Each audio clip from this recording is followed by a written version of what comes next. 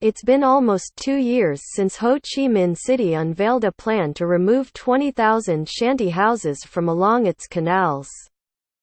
But work has stalled in the southern metropolis due to a serious lack of investment. The city needs a further 22 trillion Vietnamese dongs $970 million to cover the total cost, which is estimated at 44.1 trillion Vietnamese dongs. Deputy Chairman Tran Vinh Tuyen told a conference held on Thursday to call for private investment. The problem has been a headache for the city for years. The city aims to resettle the 20,000 households by 2020, so we urgently need private investment, he said. Tran Trong Tuan, director of the city's construction department, said the city has removed 36,000 shanty houses from along its canals over the past 2 decades, and most of the remaining structures now are in districts 8, 7 and Binh Thanh. The city plans to spend 22.4 trillion Vietnamese dongs from its own budget to remove nearly 14,400 slums from along small canals that do not have high commercial value and are unattractive to investors.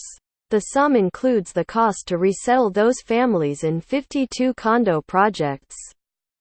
It will need around 22 trillion Vietnamese dongs more from investors for the other 8,000 shanty houses.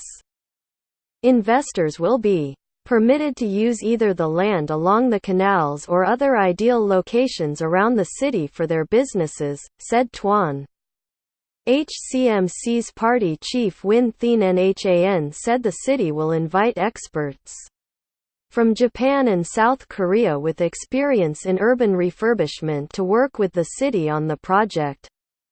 In November last year, HCMC started implementing a master plan to transform the southern metropolis into a smart city by 2020.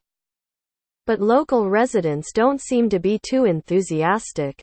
The move followed a legislative decision to give the city more decision-making power to boost its development, including authority over land management, investment and public spending. The goal of this ambitious plan is to solve the problems currently facing the city, including rapid population growth, unsustainable economic growth, inadequate forecasting, planning and management, poor health, education and transport, pollution and weak public administration. It will focus on creating a better living environment. According to the plan, HCMC's residents will gain access to low-cost power, convenient public transport, good healthcare services and schools, fresh air, clean water and diverse recreational activities, while being guaranteed a low crime rate. The Smart City plan will also allow the municipal government to make the best use of its resources, thereby improving the quality of services for its people and future generations.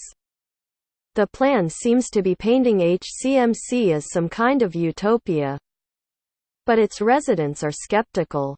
When the plan was first announced last November, a VNexpress poll received cynical reactions as readers called it macroscopic and unfeasible. The video is sponsored by cntronic.com.